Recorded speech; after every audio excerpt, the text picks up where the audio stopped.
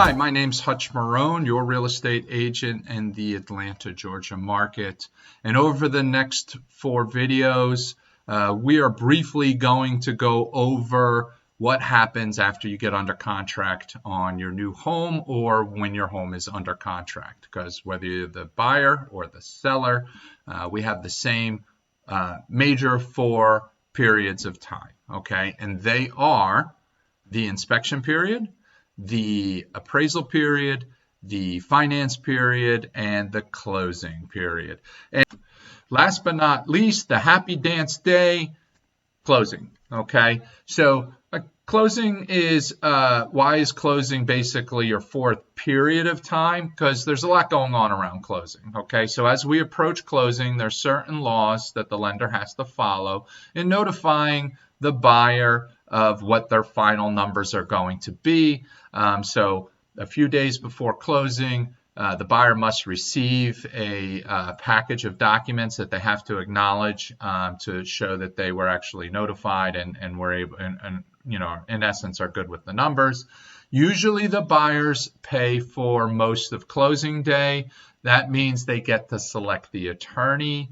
I'm not saying it is not normal for sellers to have some seller paid closing costs, and it really just, it's negotiable and it all depends on the market, right? The stronger the seller's market, the less likely a seller is to pay any of the buyer's closing costs. But when it's more of a buyer's market, buyers can ask for more in seller paid closing costs, and if the seller wants to make the deal happen, they'll pay them, right? They pay them out of their net proceeds on the sale of the home.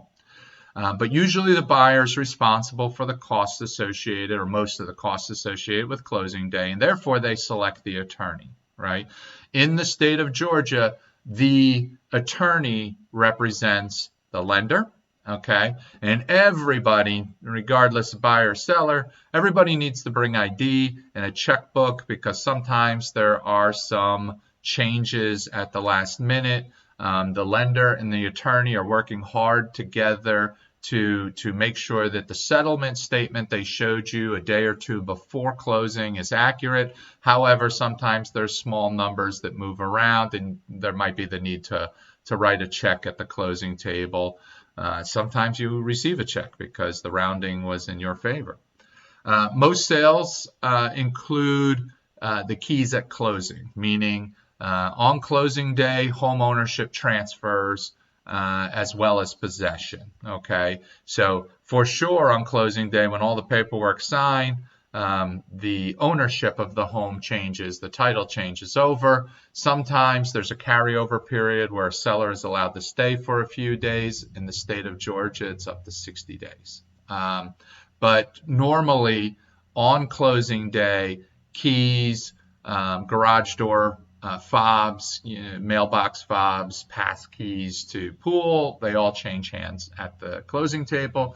Then everybody gets up, smiles, shakes hands, some pictures are taken with your real estate agent, and everybody goes along their merry way, and the world's a better place because we have happy homeowners and happy home sellers. So I hope that these 4 videos served to answer some of your questions.